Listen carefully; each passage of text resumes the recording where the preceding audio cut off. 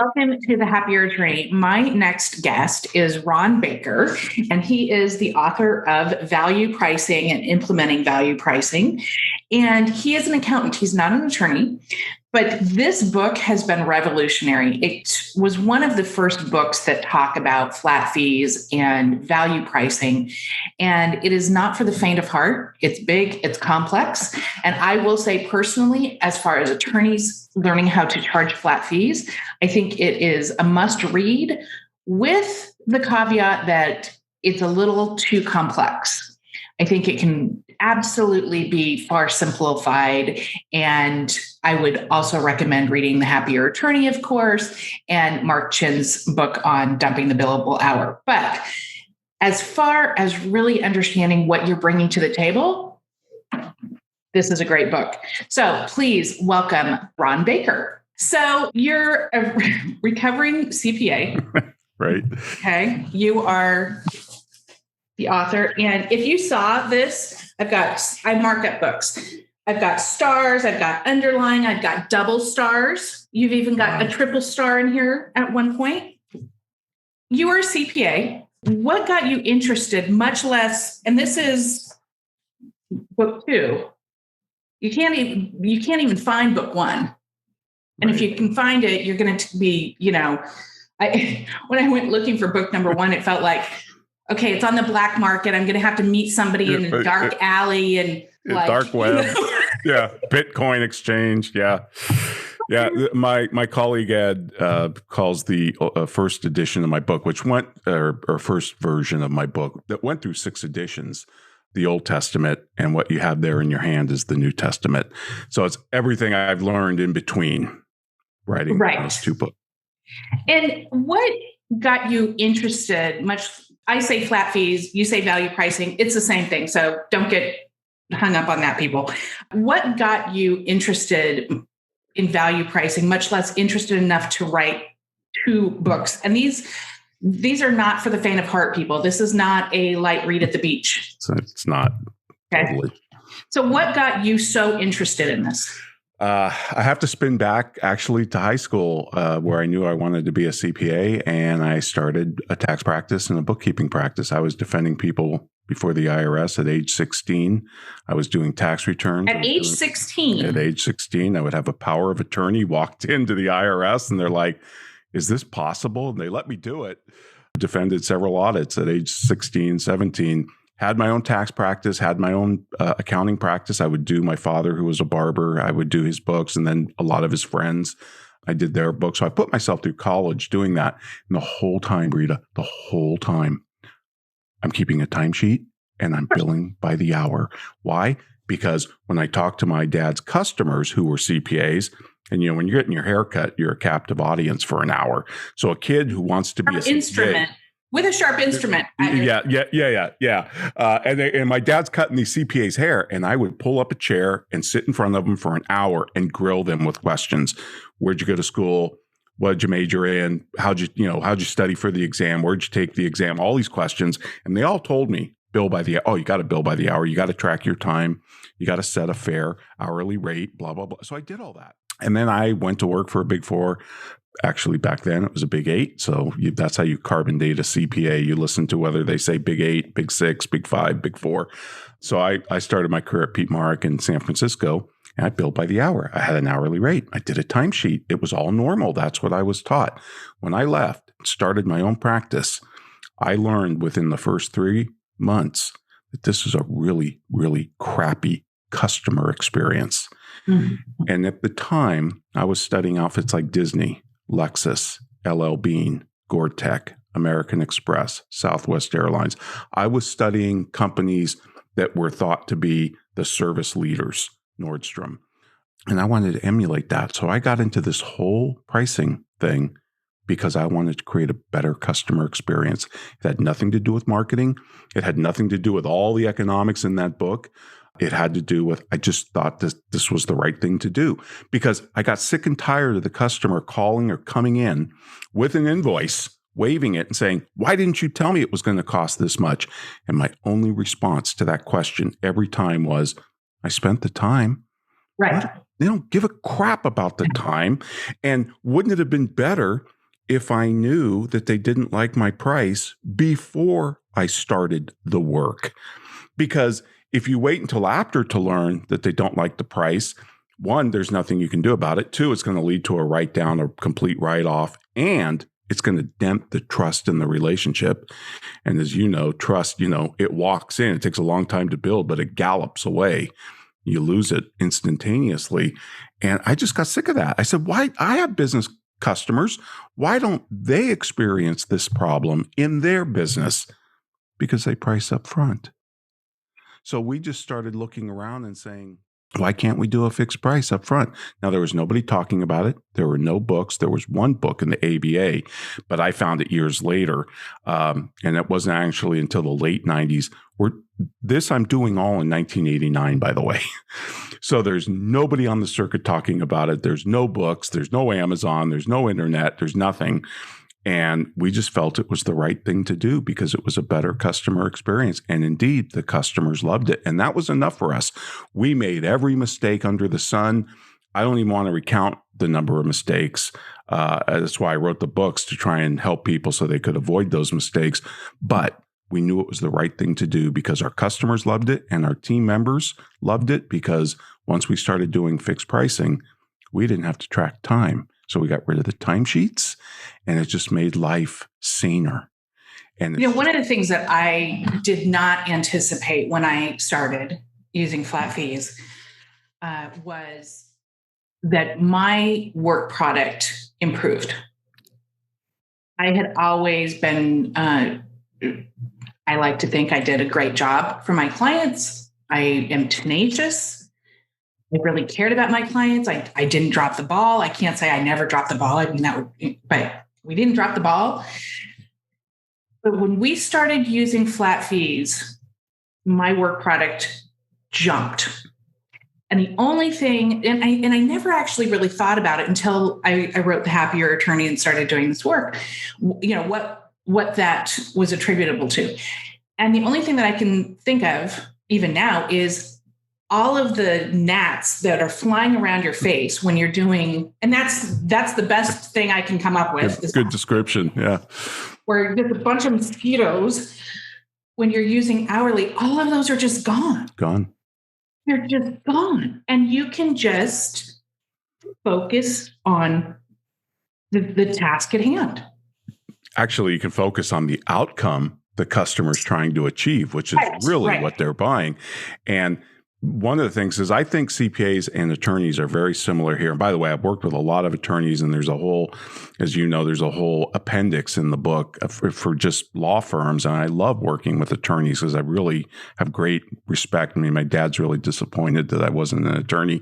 I say that jokingly, but he did want me to go into law. But here's one thing that's similar between attorneys and CPAs. They both hate and fear talking about money. Mm-hmm. And this forces you, as you know, to do that up front. And in the past, all we had to do is slide the engagement letter across and go, well, we're $250 an hour. And that's all we had to do, and pray the customer signs it. Right. And no, you just I can't think of anything that we buy as consumers or as human beings, even in business, where we don't know the price before we buy it, because we want to make that value price comparison and make sure that we're going to earn a profit from the purchase. And hourly billing denies that. So there's all sorts of headaches at the back end with hourly billing. Like you were saying, I call it the sword of Damocles. You call it a bunch of gnats around your face. Same thing. I mean, we have to bill, we have to sit down and look at the bill and all the whip and all the time, and then play chess with ourselves and say, well, the customer's never going to pay for that. I better write that down by half before I even send it. What's this? This is nuts. It's nuts. And it's so just talking about it up front, setting the expectations. If the customer doesn't like the price, maybe there's alternative strategies you can deploy. Maybe you can go into arbitration or mediation or find some other legal solution to the issue. But if you don't have that conversation, I think it's kind of like doctors. If you prescribe before you fully diagnose, it's malpractice. It's interesting because, it's just a completely different mindset. And for attorneys, there's so much fear out there, and people act like this is, spaceship from Mars or something. And in fact, there was a recent state Supreme Court opinion that said if you're seeking fees from the other side, you have to track your time, because how would a judge be able to tell if a fee request was reasonable or not if it's not tracking time? And, I don't want to disparage judges, but I'm like, have you all lost your minds? Yep. This is how you bought your coffee this morning. This is how you bought your groceries over the weekend. Oh, by the way, this is how you're paid. You're not tracking your time. You just come to work and you're paid a yearly salary and you do your job. How, are you kidding me? And this, the ethical rules obviously are meant to protect clients, which Sure. Of course.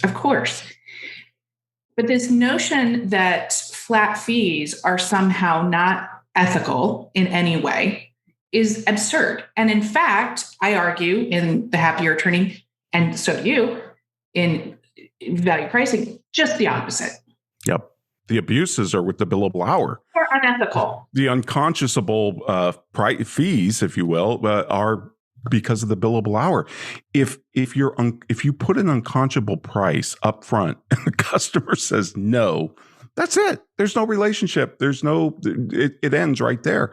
So there's no way that's going to happen in a sane competitive market. Yeah.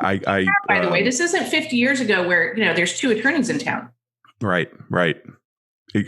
Stephen Breyer was on that ABA, or wrote the foreword to an ABA commission report on the billable hour. I think I quoted him in my book, because here was a guy who took down the billable hour brick by brick. I mean, he wrote nasty things about how the billable hour, just like you said, destroys your work-life balance. It destroys your state of mind. It destroys, pro bono work in the profession. It's like drinking from a fire hose, put you on a treadmill, all these different things. And I thought, well, okay, the courts, though, are always going to lag the market, aren't they? The courts are going to be the last people that get this. It's not rocket science, though. It's really not. It's really, really not. And if you were talking to attorneys, this is one of the things I get all of the time. And number one, I tell people, the issues that you think are going to come up with flat fees, number one, they don't come up even 10% of what you think they're going to come out. They just don't. They didn't for me. They don't for my students. They just don't. But one of the things that I get all the time is, I can barely get my potential clients to come up with, a $5,000 retainer. And when you're talking about, flat fees, value pricing, you're talking about a much greater amount up front generally.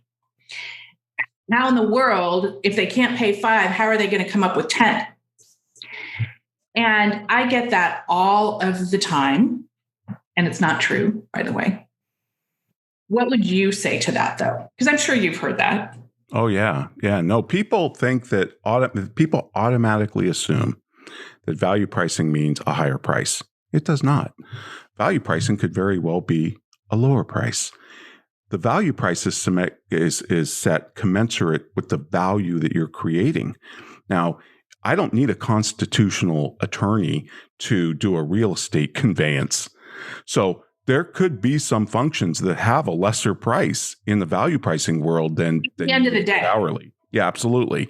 But there's other things that attorneys do that are high value that have nothing to do with the time it takes them to do it. And this is one of the things about knowledge work. You can't measure the value of knowledge work by the amount of time that's invested in it. If you try and do that, like the hourly billing does, you're plunging a ruler into the oven to determine its temperature. I love that. You're using the wrong measuring device, right? The value of an attorney, just like a CPA or any professional, is the outcome that they produce. It's not the amount of tasks. In fact, my favorite definition of what it means to be a professional comes from Michael Hammer. And Michael Hammer defines a true professional, or a professional, as somebody who takes responsibility for creating a result, not delivering a series of tasks. And the billable hour turns everything into a series of tasks. So a value price doesn't automatically mean a higher price. It could mean a lower price. That's one thing. The second thing is it may or may not require more money up front because part of the value pricing is setting the payment terms. So you may have some money up front, especially if it's a new customer. I totally recommend that, but it doesn't have to be. But what you do have to do is discuss that price and discuss those payment terms up front. And normally when people sign a commitment to that, they'll stick with their commitment. And if they don't, they're probably a lousy customer that you shouldn't have anyway. Well, and there's the thing. I would say that, well, every objection that people have to value pricing, flat fees, I can turn around and say, that's not a flat fee issue. That's an attorney issue. Right. It's a client selection issue. That is an attorney not having any qualifications for clients. They walk in the door, that's fine. That is you not having communication with your client. That is you not having boundaries with your client. And that is you not pricing appropriately. And I agree with you that absent two attorneys that I can think of, and I've been doing this since, I've had my own practice since 2000. I've been practicing since 97. So, long enough. Every attorney I run into underprices and by a lot. Yep. By a lot. All professionals do. There is so much, and I get where some of it comes from. Some of it is people are uncomfortable talking about money in the first place. But then I don't know about CPAs, but I know that attorneys, we are given mixed messages all of the time from law school on. We're paying ridiculous amounts to go to law school, and now it's obscene. And there's kind of two groups. There's the big firm. If you're in a big firm, it's okay to make a lot of money. Now you're going to be working a lot, maybe sell your soul, but it is socially acceptable to make a lot of money as an attorney. The solos and small firms, there seems to be this unwritten rule that you can make a living, but not too much. Not too much. And if you are, then we're going to look twice at you and gouge, are you gouging? Every CLE that you go to is reasonable price. Don't charge too much. Now, what's interesting for me, since I've been teaching this and talking to a lot of bar associations, that's not actually coming from the bar association. When I talk to ethics attorneys at bar associations, and when I talk to attorneys who defend ethical violations, they all say the same thing. We get it that you need to make money. We get that you actually are in dangerous territory when you are undercharging. We don't want you to undercharge. Right. But we attorneys, we present CLEs or whatever, and we don't necessarily know that. And so we want to CYA. And so we tell everybody, make sure you're not charging too much. And it's very interesting to me to see those comments and live those after all of these CLEs where that's not the problem. And when you undercharge, like our mutual friend Mark has said, the greatest danger to the profession is an underpaid attorney, is a broke attorney. And I see that all the time. Yeah. I see it all of the time when people are undercharging, that's when they say, oh, flat fees don't work. That's not. Has nothing to do with flat fees. Has nothing to do with flat fees. I think there's great nobility in being paid what you're worth. And that's how. I would go even farther than that. I think that you are doing a disservice to your client when you are undercharging them because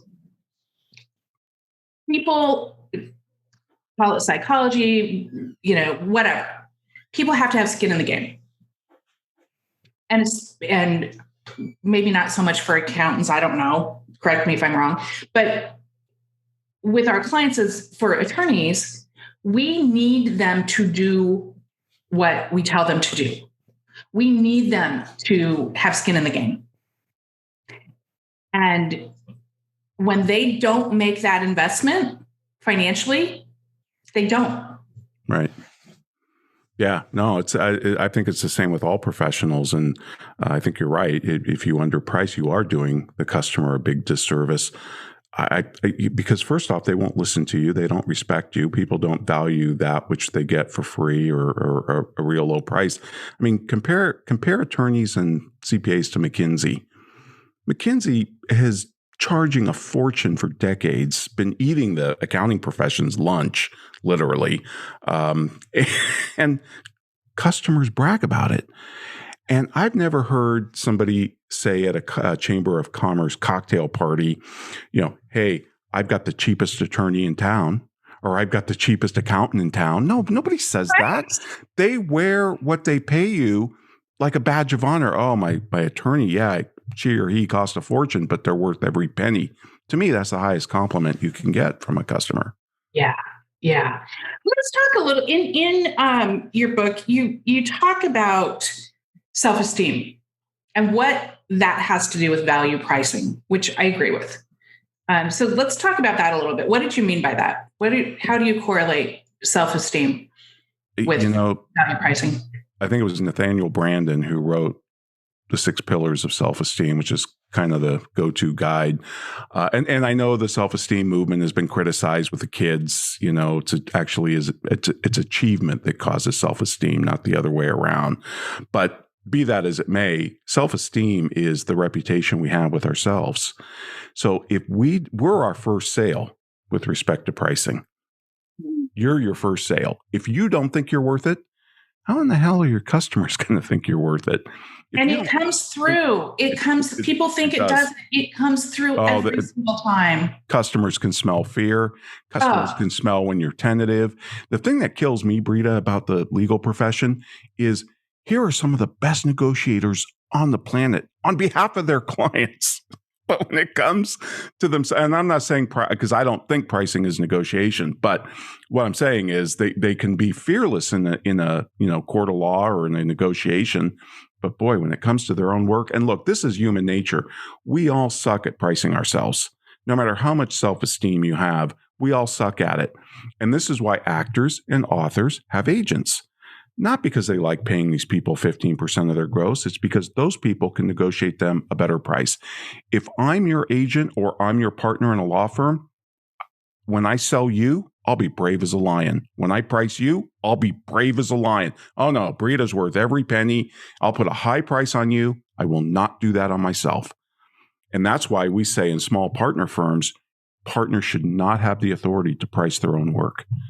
It's hard, but it really is when when I coach my students, and sometimes we do deep dives and when you're underpricing yourself, you are like, what are you telling yourself every single day? How many times a day are you telling yourself you're not good enough?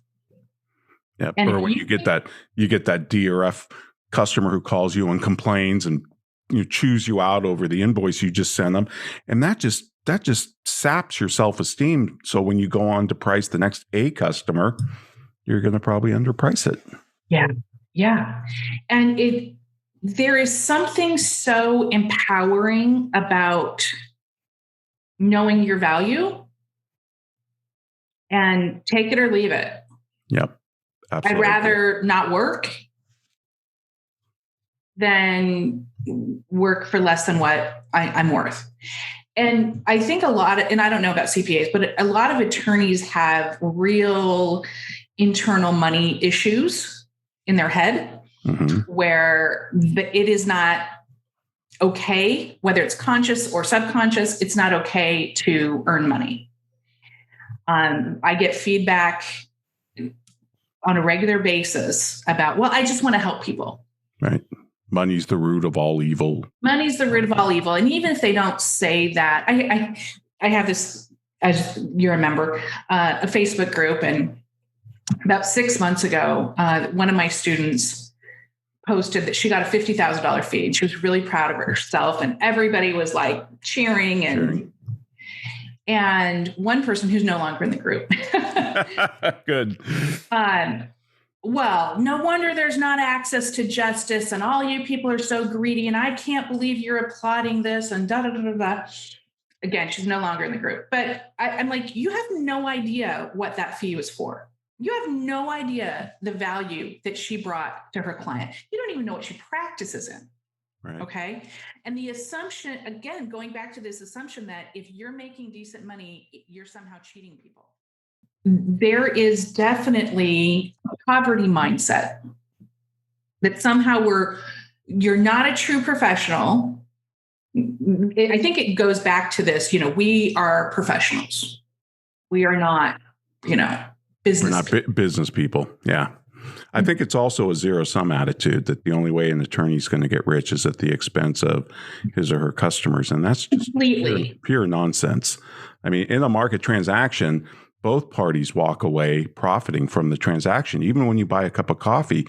And we know this because when you pay $4 for that cup of coffee in Starbucks, you had to have valued it more than the $4 you paid. And the reason we know that is if you ever thought about that double thank you, the barista hands you the cup of coffee, you turn over your $4, and you both say thank you. Now, if it was a one-sided transaction, one of you would have said, you're welcome. But we both say thank you because we both think we're benefiting. And we indeed, most of the time, are. Yeah. And when I try and work with my students on what are you bringing to the table? Because I think a lot of times it's very difficult. And it was difficult for me for many years to differentiate myself. Well, I'm just like every other, I do the same thing every other attorney does. And that was so not true. It was not true. And that's where value pricing can really help attorneys think, what do you bring to the table? Right. And how is a client better off using you? Right. How are they actually harmed if they don't use you? It's a great differentiator. And then people can start drilling down. But it's really, I think, 95% mindset. It is. And back to your point about the pricing and being able to set your price and stick with it. I mean, nothing will raise your price faster than being willing to walk away from work and saying no, because whoever says no in a relationship has all the power, right? We know that. But even before that, trying to back away from the customer, say, well, I'm not sure we're a good fit. Why would you want to hire me to do this when there's other attorneys out there that are cheaper? When you start to take steps back from the client, they start to move towards you even more. And I'm not saying this as some type of, manipulative strategy. I'm saying you've got to really figure out what is the business purpose or what is the purpose that they're seeking your help for, and can you even help them?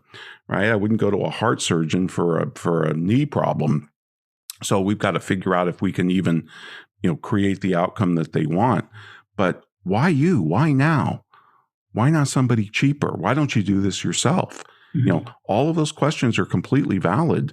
And if you put them through that process, that I call it the value conversation, it's called other things by other people. But if you put them through that diagnostic process, I think you'll be able to better zero in on the outcome that they're looking for, because that's what they're really buying. I don't pay my landscaper to mow my lawn.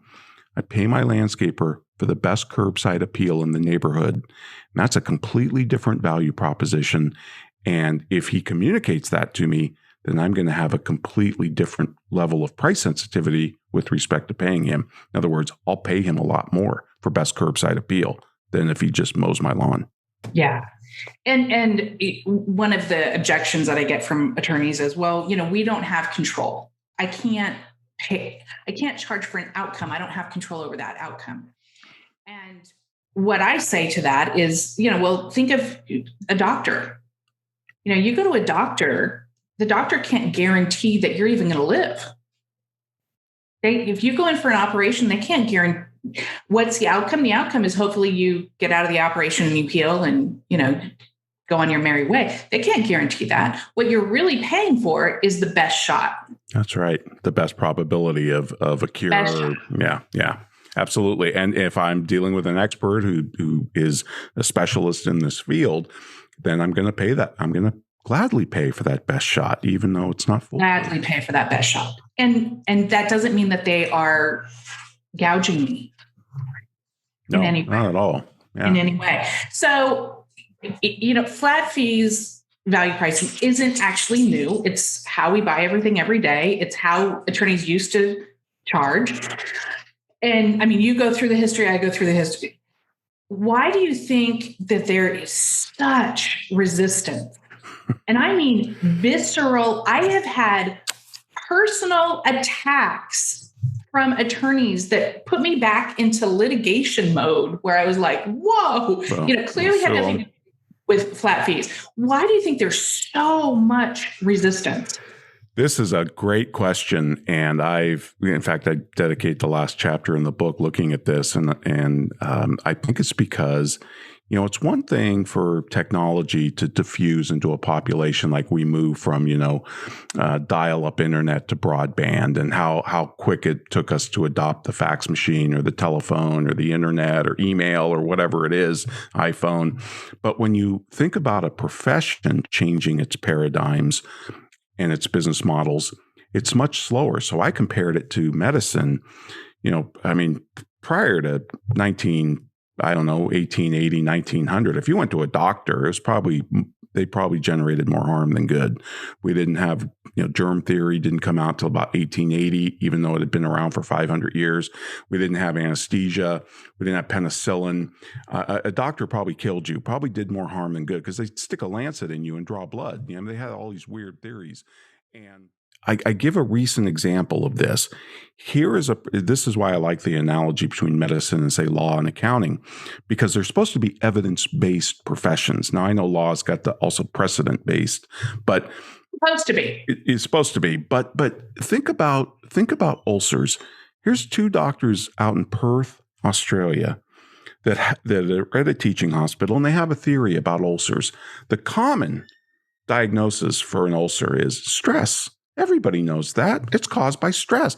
These guys thought that was crap because, stress, if you dig down in somebody's history enough, you'll find stress. Right. So it's just like gravity can't explain an airplane crash. There's no way that stress can explain an ulcer. So they developed a cocktail of antibiotics that they were getting great results with amongst patients with certain types of ulcers. And Brita, nobody believed them. They couldn't get published in academic journals. They couldn't speak at conferences. Nobody wanted to hear this. And finally, one of the doctors got really pissed off one day, walked into his teaching lab. All his students were there. He took the Petri dish that they were growing this thing, the ulcer cocktail with, and he swallowed it. He drank it, gave himself an ulcer, and then he cured it with their own cocktail. And finally, people said, whoa, there might be something to this. This all happened like in the late 80s to into the 1990s. They finally started up being allowed to get published. They finally got on the circuit. They finally won a Nobel Prize for their discovery that indeed ulcers are caused by bacteria. They have nothing to do with stress. And my point is, it took the medical profession 15 years before they changed their mind on this. And this is supposedly an evidence-based profession. How long is it going to take for us to change our mind? What do you think it is going to take? Especially when I think of, I've had some potential students who had bigger firms, not most of are solo and small, but some have been medium where it could shoot them to the moon. So what do you think it's going to take? A lot. To get that tipping point. Yeah. And I'll say this, in the accounting, and I think the sector that's made the most progress with this is actually the advertising, the marketing folks. They're pretty far ahead. And I think that's because they're in a hyper competitive, and they'll they'll knock themselves over looking for every competitive advantage. My colleague in that space is making a lot of headway with some of the bigger public firms that house most of the marketing agencies. But in terms of accounting and law, I think accounting is a little bit further than the legal profession on this. It also depends on what country you're looking at. Australia, for instance, their legal sector is pretty far along with value pricing. Less so probably in the States. But it's not going to happen in our lifetime. I'm convinced. It will not happen in our lifetime. Look, I've been at this for 26 years. And, I'm very heartened by like groups of your size and what you guys are doing, what Mark Chin's doing. I mean, I set up VeraSage Institute to promulgate these ideas and get them out there and battle people in the arena of ideas and argue with them and bring real experience and empiricism to the argument. And sometimes I just feel like we're bashing our head against the wall, but we have made great progress in the accounting profession. About 30 to 40% of firms have adopted value pricing. Now, I can also report happily in the last 5 to 7 years that the top 100 accounting firms are also starting to go down the road. Not all of them, but a good chunk of them. And I can even report that the top 10, inside the top 10, and even inside the top 7 are making significant investments in value pricing. So we're on the verge of a breakout, but it's also, and I just have to say this, we're on the verge of that breakout when there's something else that's going to come along and make value pricing obsolete. And that is the subscription business model. And that's a totally different animal. Yeah. That's a totally different animal. And I think that's the next tsunami coming at us. I really do. But that's still value pricing, don't you think? That's still flat fee. It is. It does require some of the same tenets of value pricing, but with subscription, you're no longer worried about scope of work and all this bureaucracy and friction that value pricing creates just goes away, because in a subscription business model, it's basically you sign up for some type of coverage, more like insurance, and whatever you need, you're covered. Just like a concierge doctor, just like a direct primary care doctor, whatever you need that we're capable of doing under our roof. Right. You're covered. If you need a specialist, you're going to get referred and your insurance will kick in or you'll have to pay. But we will quarterback even that relationship. And I think that's a much saner way to run a law practice or an accounting practice. And several attorneys have made the transition to subscription fees. And I think in some practice areas, it's easier. Yep. But I think it can be done everywhere. I really do. Yeah. It's so funny, Mark Twain said history doesn't repeat itself, but it rhymes.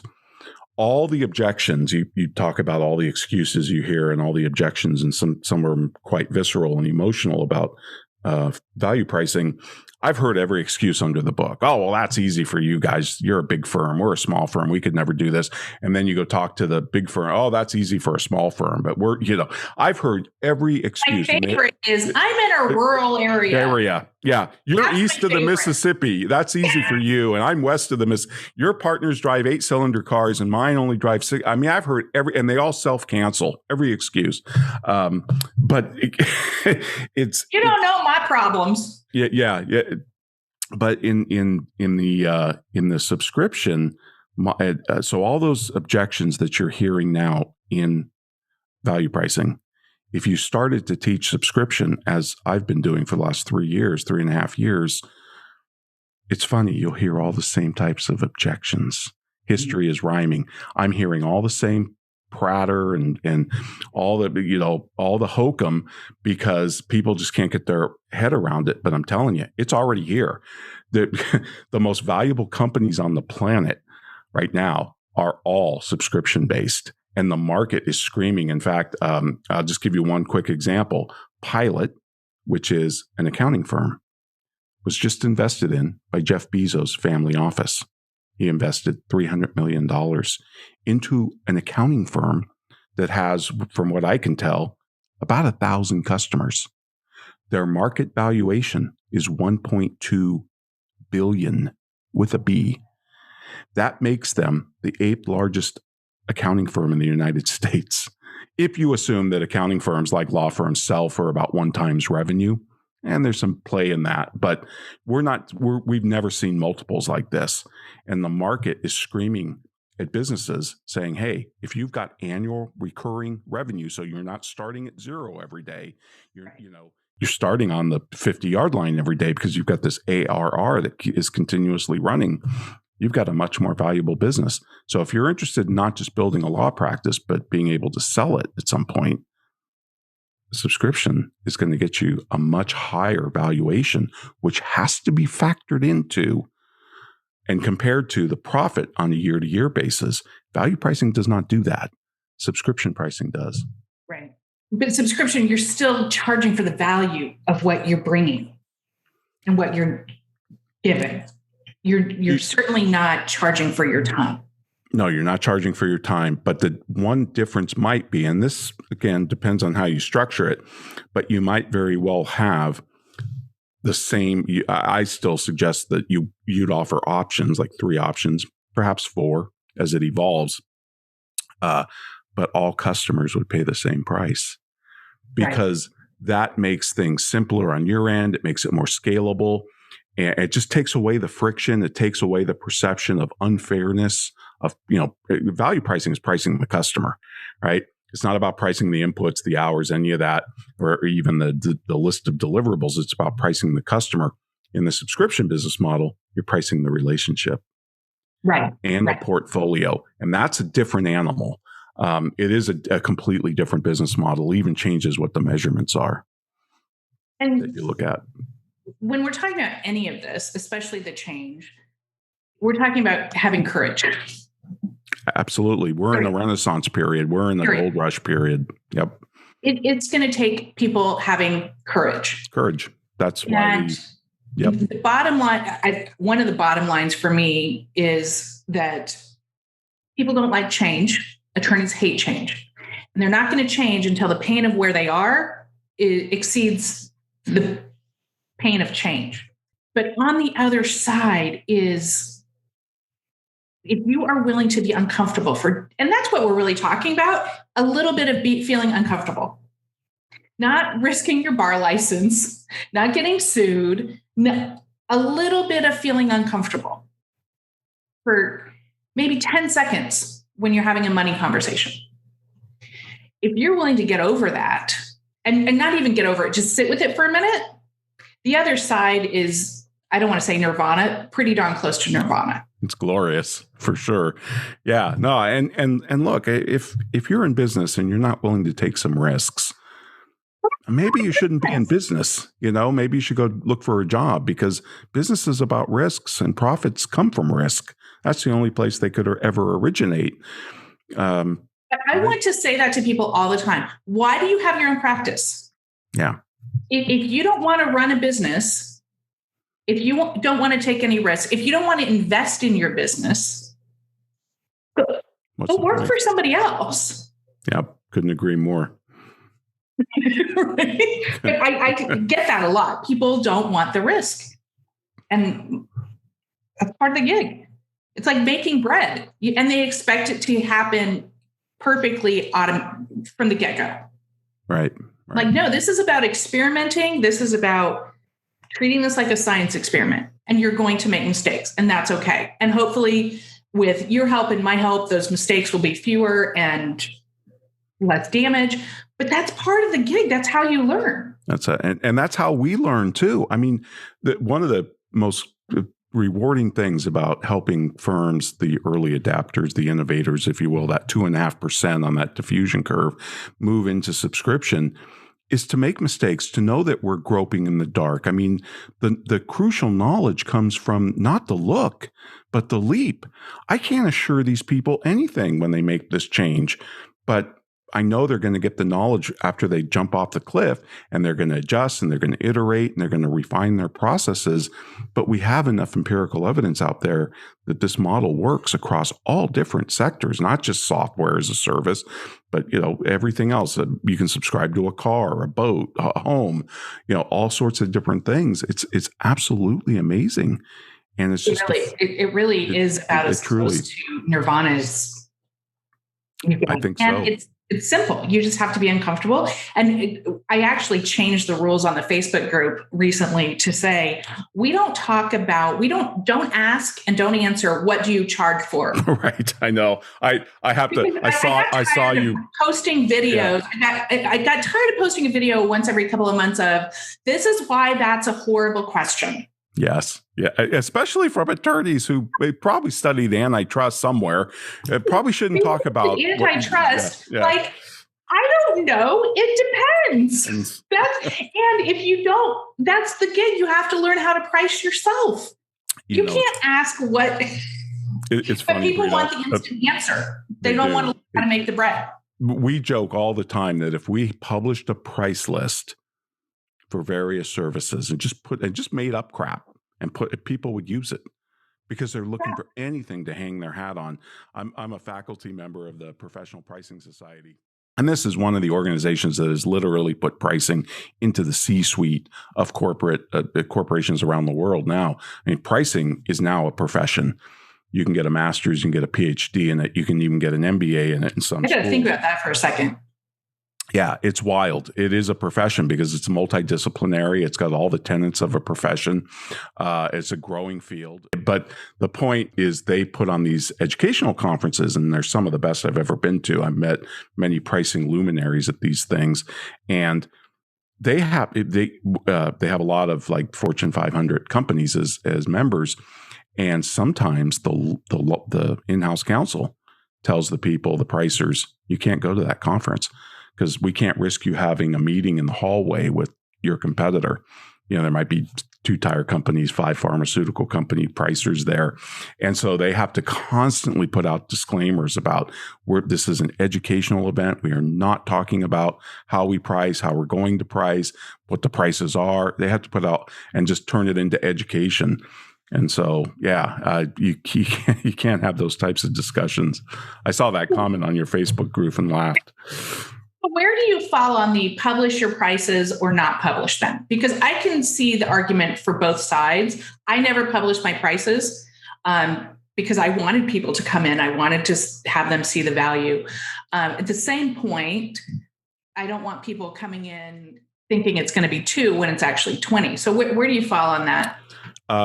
If you're value pricing, I'm not a fan of posting your prices. I might be willing to go to, posting a minimum price, saying we don't take work below X, just to kind of chase away the tire kickers. But I'm not a big fan because we're customizing a price for every customer under value pricing. Now with subscription, I'd say post it. You would have 3 options with prices that would cover, and they would be the same for everybody. So I'm going to wrap this up a little bit. We'll talk a little privately afterwards. But if people want to get in touch with you and work with you, well, first of all, how can they work with you? Well, there's lots of different ways. I'm all over social media, but the best thing, especially if you're interested in subscription and value pricing too, is I do a radio show every Friday with my co-host Ed Kless. It's called The Soul of Enterprise, and you can check out the show at thesoulofenterprise.com.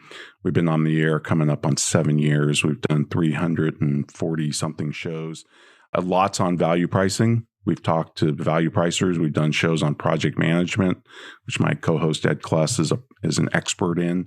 We've done lots of shows on subscription. We've had lots of authors on talking about marketing and pricing and all sorts of these issues that kind of circle around value pricing, after action reviews, things like that. Many of the topics I talk about in the book, intellectual capital, all of that. And that show you can get right at thesoulofenterprise.com. You can subscribe to it there. And I'm on Twitter at Ronald Baker. I'm on LinkedIn. I'm one of the LinkedIn influencers. So I've got 100 posts or above 100 posts up there on all of these topics as well. Lots of other interviews like this one I post up there as well. And also my think tank is verasage.com, which is V as in Victor, ERASAGE.com. And that's a think tank that I formed to really promote value pricing and change the business model of all the professions and declare war, or at least put the billable hour and the timesheet, by the way, on the death penalty. Try it for the death penalty. Well, thank you, my friend. Thank you for being a pioneer and your courage. We're just going to keep Keep one foot in front of the other. Brita, it's the Ron Baker and Brita Long Full Employment Act.